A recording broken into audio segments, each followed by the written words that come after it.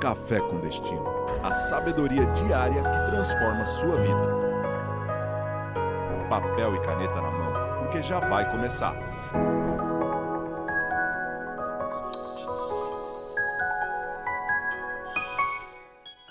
Bem-vindos! Mais um Café com Destino. Estamos aqui nesta quinta-feira abençoada com mais uma aula para edificar a sua vida, te fazer crescer em graça, sabedoria, conhecimento. Você será uma pessoa completamente diferente para melhor depois de se tornar um aluno, uma aluna aqui do Café com Destino. Acontece de segunda a sexta. Que horas, Welly?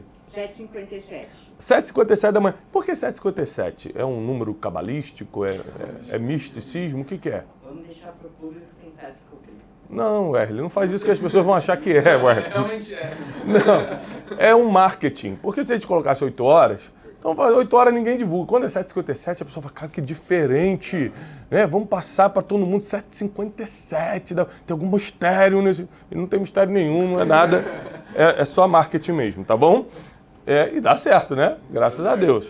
Então, 7h57 da manhã, estamos aqui de segunda a sexta. E essa semana a gente está na série... José do Egito. Um dos personagens bíblicos mais tremendos, né, que existe. Você sabe que o certo de português é falar uma personagem, né? É o certo, porque personagem é feminino. Mas aqui fica tão estranho, né? José é uma personagem. Esse é o certo do português, tá? Só deixar claro que eu entendo o português um pouquinho. Mas é que fica muito estranho, eu prefiro falar um personagem mesmo, tá? José, a gente está aprendendo muito essa semana. E vendo que a nossa vida, em muitos momentos, parece com a de José. Quem nunca se sentiu traído, invejado, injustiçado, foi fazer o bem e acabou colhendo algo até ruim, porque só queria fazer o bem, foi preso. E hoje nós vamos entrar na história, na parte da história de José, né, porque nós já falamos um pouco da infância, como ele foi vendido, falamos um pouco de como ele chegou na casa de Potifar, o que aconteceu lá com a mulher de Potifar. E agora eu quero falar um pouco sobre o que aconteceu na prisão. Depois que a mulher de Potifar arma para ele e denuncia ele, dizendo que ele tentou pegá-la à força e era mentira, ela que estava cobiçando ele, e por causa dessa injustiça ele foi para a prisão, eu quero te mostrar que destino é tudo. Não existe coincidência, existe destino. Eu quero te mostrar isso hoje. Mas eu preciso que você encaminhe essa aula de hoje para 7 pessoas. Pega o link agora aqui do YouTube, manda para o máximo de pessoas que você puder. Escolhe 7 pessoas que precisam estudar a vida de José do Egito. Dá um like no vídeo, porque aí você consegue fazer com que esse vídeo chegue em mais pessoas. E não deixe de se inscrever nesse canal e ativar o sininho das notificações. Faz isso, nossa equipe está aqui todas as manhãs, gratuitamente, levando conhecimento e sabedoria para você. Vale a pena você nos ajudar enviando esse link, curtindo o vídeo e se inscrevendo no canal, ativando o sininho das notificações, tá? Mais algum recado inicial, Erling? Enquanto eu tomo meu café com destino aqui? Hã? A palavra de domingo foi muito boa. Você achou, Erling? Sim. Muito bom. Sabe que o Erling que faz nossas edições de pregação, né? Você pode ver que na pregação, nas edições, quando aparecem as pessoas, você sempre olha assim. A pessoa olhando por nada. É o Wesley. O Wesley editando. Ele pega justamente quem não está olhando. Né? Mas em breve, Deus é minha vingança, né? Você sabe. Fica tranquilo. Eu te coloquei na mão dele. Não vai ser pelas minhas mãos. E o Wesley é muito trabalhador. Muito trabalhador. Chega aqui no Café com Destino todos os dias de manhã, 9 horas, ele está indo embora. É trabalhador demais. 9 horas, ele falou, tô cansado. Olha, gente, a gente hoje está em Brasília, no Método Destiny, acompanha tudo nos nossos stories. E se você sonha em fazer o Método Destiny com a gente, vai ter em São Paulo, em Alphaville agora, 25, 26 e 27 de maio. Olha, eu vou falar uma coisa que eu não costumo falar, até porque as outras turmas vão ficar com ciúme, mas o Método Destiny de maio agora, 25, 26 e 27 de maio, aqui em Alphaville, São Paulo, vai ser a melhor turma de todos os tempos. Se você estava na dúvida, eu estou te convocando, meu aluno, minha aluna, a fazer o Método Destiny no mês de maio. A melhor turma de todos os tempos. Você vai passar 3 dias, manhã, tarde e noite comigo, numa imersão em princípios milenares. Tua vida vai mudar completamente. No final da aula de hoje, vou pedir para o Erle colocar um vídeo do Método Destiny para você entender o que é.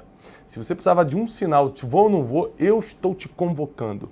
vem para o Método Destiny agora, 25, 26 e 27 de maio, aqui em Alphaville, São Paulo, presencial comigo. O Wesley vai deixar aqui o link para vocês fazerem as inscrições, tá bom? Vamos para a aula de hoje? Papel e caneta na mão. Nós vamos começar aqui em Gênesis capítulo 39, tá? Se você pode abrir a Bíblia, eu sei que às vezes você está no trem, está no metrô, indo trabalhar, está no carro, não consegue abrir a Bíblia. Mas você que já está no escritório, está em casa e pode me acompanhar na Bíblia, é importante você ler sempre junto. Você aprende mais quando você lê junto, tá bom?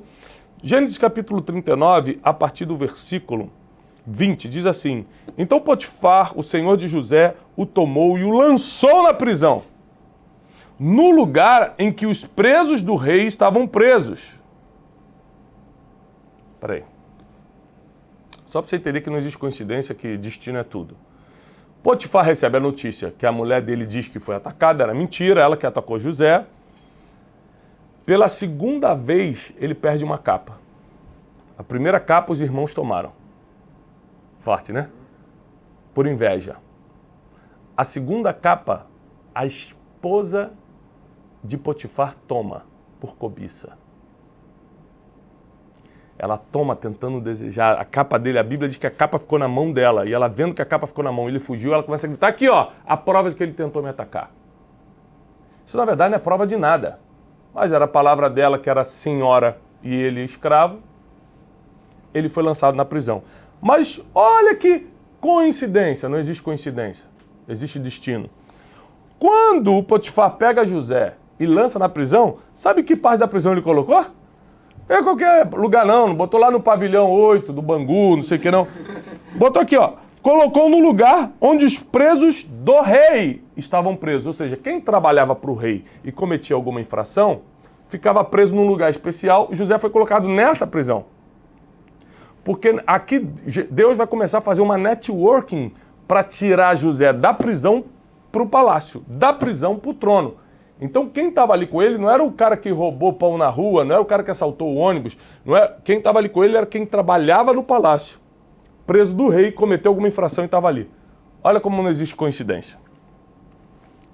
Mas enquanto José ficou preso, Deus era com ele. Ele estendeu sobre ele a sua benignidade e lhe concedeu graça aos olhos do carcereiro. Entenda o seguinte: por que Deus era com ele? Ele já não estava antes? Não estava antes com José? Por que a Bíblia diz que Deus está com ele de novo? Porque ele passou pela tentação da mulher de Potifar. Disse não. Pelos homens ele foi para a prisão, mas pelo não que ele deu, Deus continuou com ele.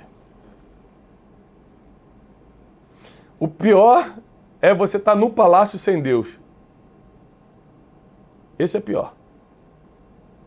Ele estava na prisão, mas Deus era com ele. Aí você vai ver como ele vai terminar. Quem está no palácio sem Deus, você vai ver como termina mal. Quem está na prisão com Deus...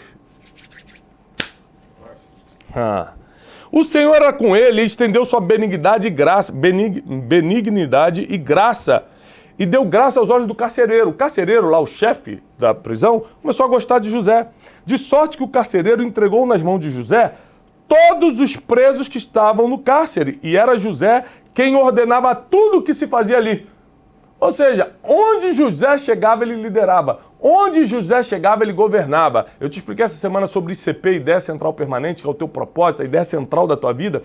A de José era governar. Ele não precisou do trono para governar. Onde ele chegava, ele governava. Isso é muito forte.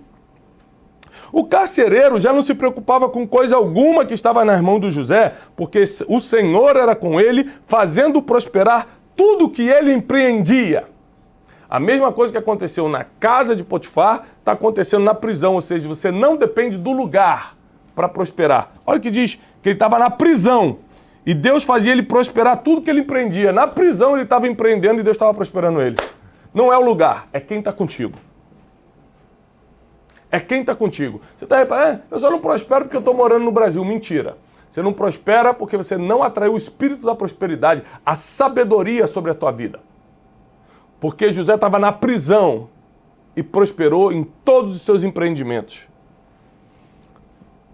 Capítulo 40. Depois dessas coisas, o copeiro do rei do Egito e o seu padeiro ofenderam ao seu senhor Faraó. Indignou-se Faraó contra os seus 2 oficiais, contra o copeiro-chefe e o padeiro-chefe, e mandou detê-los na casa do capitão da guarda, justamente na prisão onde José estava preso. Pronto, destino. O que é ofender o rei? Aqui, às vezes, o cara não fez o pão do jeito que ele gostava, não é que ele xingou o Faraó, não. Ninguém ia fazer isso, senão ia morrer na hora ali. O copeiro, que era quem provava o vinho, né, o sommelier, e o padeiro, que era quem cuidava da comida, do pão e da comida, ou seja, o sommelier e o masterchef do Faraó ofenderam ele. Deve ter feito um jantar que ele não gostou, escolheu o vinho errado, alguma coisa aconteceu ali. Ele fica indignado, falou, quer saber? Bota esses caras na prisão um tempo para eles aprenderem. E botou eles em que prisão? Na mesma prisão em que José já estava. É coincidência ou é destino? E mandou detê-los nessa casa onde José estava. O capitão da guarda pô-los sobre a supervisão de José. Ou seja, José já estava mandando no cárcere. Entre esses caras que tinham contato direto com o rei, ou seja, viviam na mesa com o Faraó, José está sobre eles. Depois que estiveram muitos dias na prisão, ambos sonharam, cada um o seu sonho, na mesma noite, cada um conforme a interpretação do seu sonho, o copeiro e o padeiro do rei do Egito, que estavam presos. Quando José veio a eles pela manhã, viu que eles estavam perturbados. Quando José chegou pela manhã, falou, vocês estão perturbados. Então perguntou aos oficiais de Faraó, que com ele estavam na prisão, na casa de seu senhor, por que hoje estão tristes os vossos semblantes? Responderam, tivemos um sonho e ninguém pode interpretá-los. Disse-lhe José, não pertencem a Deus as interpretações? Engraçado que José, ele não é contemporâneo de Daniel, são épocas diferentes, e Daniel dá a mesma resposta lá na Babilônia. Nabucodonosor estava perturbado com o sonho e falou assim, não é Deus quem faz as interpretações? Você vê que quem é de Deus tem o mesmo linguajar. Quem é de Deus tem o mesmo espírito, tem o mesmo princípio. Contai-o a mim, peço-vos. Então o copeiro-chefe contou o seu sonho a José. E depois o padeiro também vai contar. Não vou contar os sonhos aqui, para eu já ir para o final por causa do tempo da nossa aula, mas o copeiro conta o sonho e depois o padeiro conta o sonho. E José tem o dom da revelação, ele tem a sabedoria dada por Deus para interpretar aquele sonho.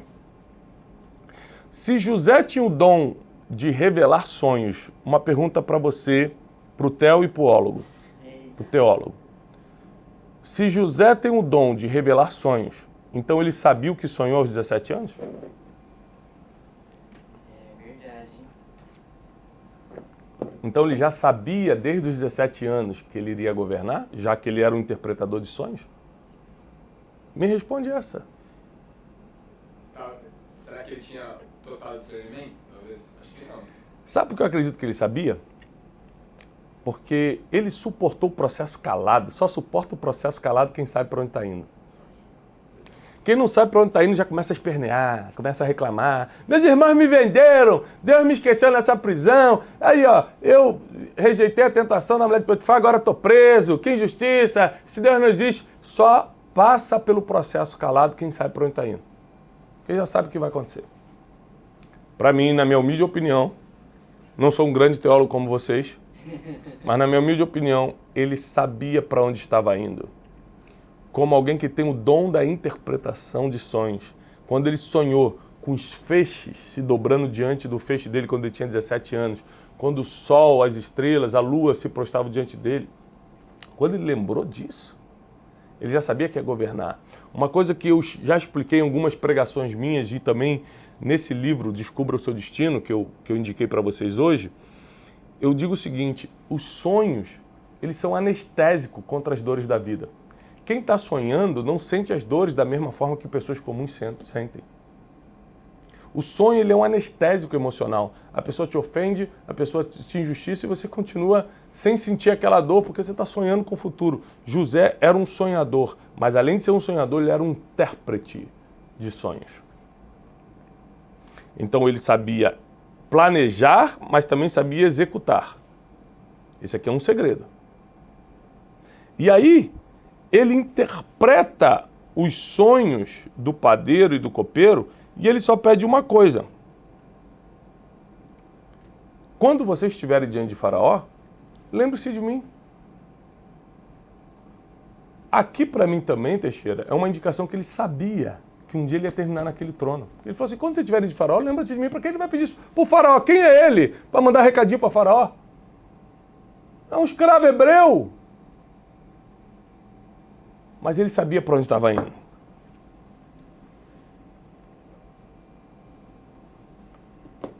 Restaurou o copeiro-chefe o seu cargo, ou seja, o sommelier voltou ao cargo e ele voltou a servir a taça nas mãos de Faraó.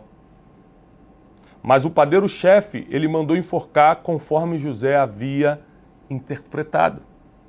O copeiro-chefe, porém, não se lembrou de José, antes se esqueceu de falar dele. Então, na interpretação, José falou o seguinte, ó, o copeiro vai voltar, seu sonho é o seguinte, copeiro, vai dar tudo certo para você, padeiro, infelizmente, em 3 dias, você vai morrer. E aconteceu conforme a interpretação de José. Então todo mundo percebeu, opa, esse cara é profeta mesmo. Esse cara conseguiu interpretar. Só que o copeiro volta a servir o vinho do faraó, mas esquece de José. Como ele esqueceu de José, você pode falar, que injustiça, pô. Fiz minha parte, interpretei o sonho.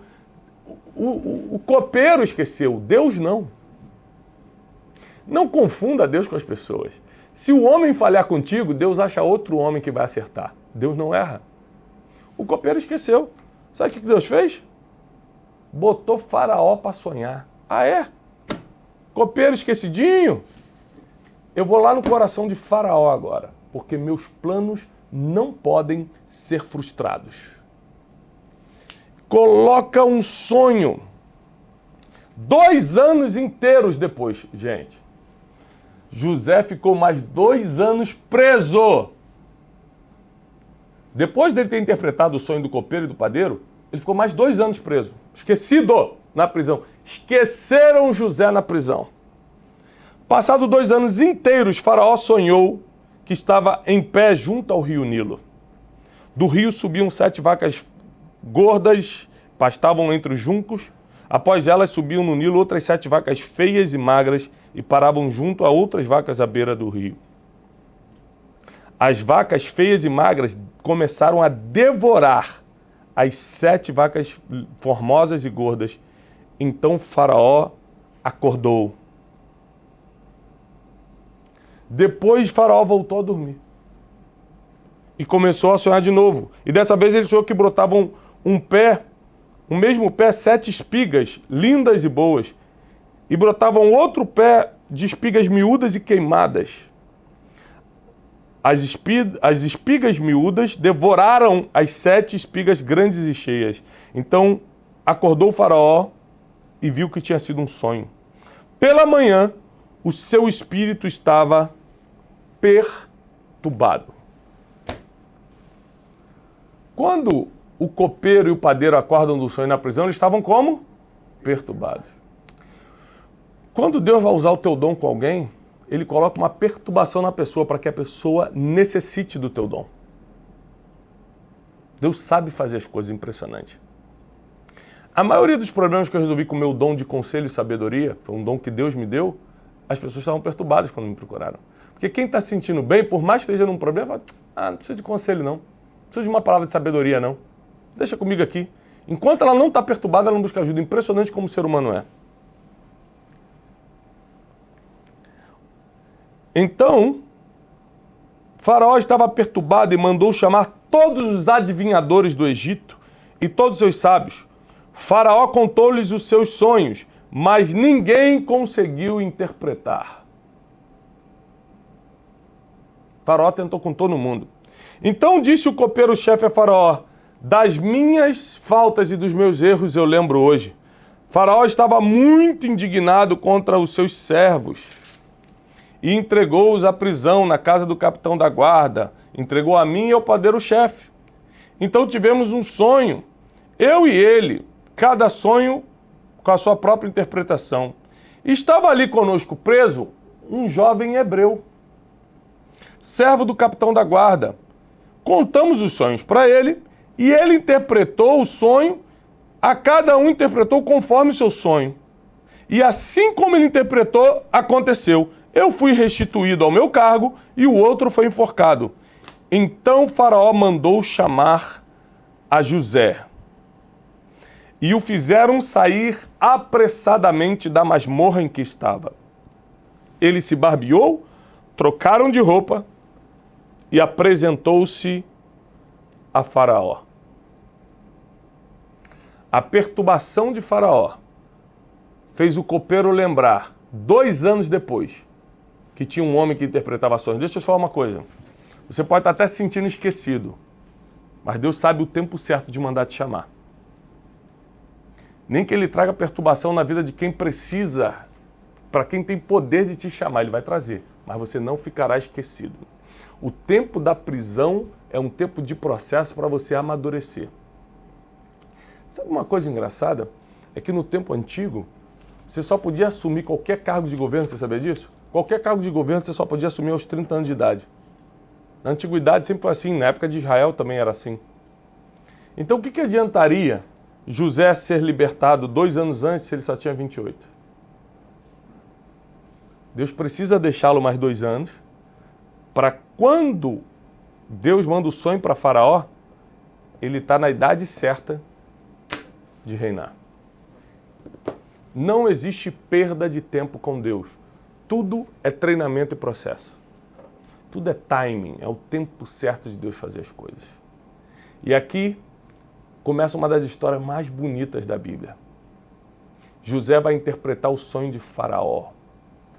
E amanhã, na sexta-feira, eu vou terminar dizendo o que Faraó vai fazer com José e como José vai planejar encontrar os seus irmãos que o venderam um dia. Amanhã vai ser forte demais, vai ser excepcional. Você não pode ficar de fora. Já coloca para despertar o Café com Destino de amanhã. Que além da nossa oração de toda sexta-feira, vai vir uma forte revelação sobre a sua vida. Quero agradecer você que está aqui com a gente. Nós estamos em Brasília no Método Destiny, vai ser poderoso esses dias. E o próximo Método Destiny é 25, 26 e 27 de maio. Em Alphaville, São Paulo, você não pode ficar fora desses 3 dias de curso de imersão. É meu único curso, minha formação para você estar comigo. Noite de Destino, a nossa palestra pelo Brasil, 1h30, eu dando um destino profético à sua vida. Vai acontecer dia 2 de junho no Rio de Janeiro e 3 de junho em Goiânia. Fique atento a toda a programação, tanto da Noite de Destino quanto do Método Destiny, tá bom? Olha, que Deus conceda paz e prosperidade do alto para você. Amanhã vai ser o grande finale da semana, o encerramento da nossa série de José. E eu te espero às 7h57 da manhã.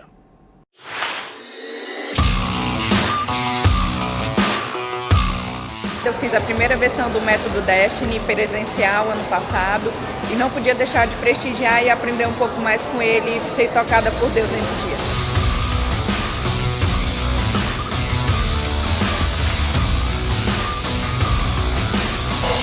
Vai ser uma noite que vai transformar a sua vida. Destino não se trata apenas de futuro. Se trata de onde você vai terminar. Sabedoria não dá para comprar com dinheiro. Só com tempo.